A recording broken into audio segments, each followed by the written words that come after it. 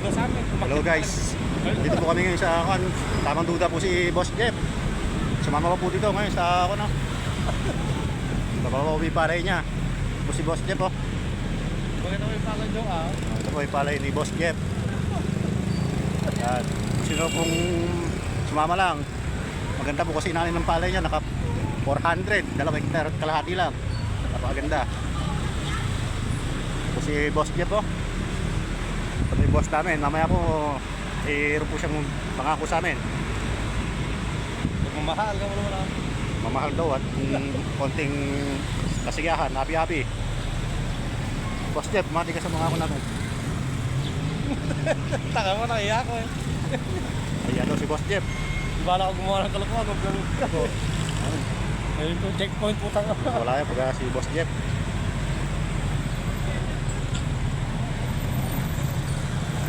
Gagabihin na po kami, babalik pa po kami mamaya. Mayroon pa pong isang karga pa. Forward ka mo naman Isang forward pa po. Ano tayo si Marlon? May backlog sa taas Forward na po ang aming iwanin. Ako din. Nililigyan rin sana ako, matang na mo kami, binigay ko ng cellphone sa'yo, gago ka Dito kami ngayon, dito po kami sa Muñoz. Ito, sakay po kami sa truck. Si Boss Jeff. Si Boss Jeff. Dito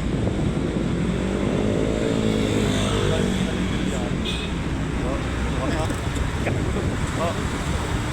Saan mo ba sa ilan?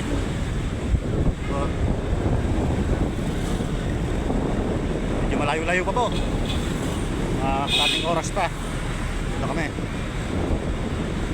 Mamaya makabalik kay Boss Jeff kahit na 2,000 lang. Boss Jeff, mamaya pabali ah. Talaga napakabait ng tao na to. Tapos napakasimple niya lang po. Guys, kaya hindi mo akalain na napakalawang po ng bukid niya.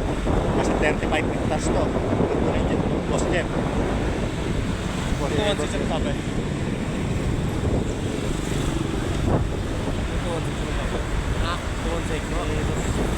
May palay niya sa likod. May palay niya sa likod oh. Tubo kami sa truck. Tubo kami sa truck. Malilimutin ang pagbukas. Kahit liputan ng bukas ako nga. Kali. Lapit na yun. Hindi pwede tayo mawalang buka. Shoutout nga pala sa mga kaibigan natin dyan. Umar. Meron po. Yan Patuan. Patuan. Mag-vlog ka. Nanonoodin namin. Nakapa namang vlog na yan. Joe. Po.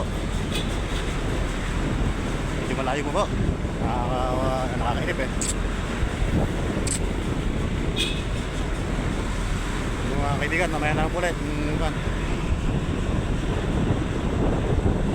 Malaglag kami rito. Boss Jeff.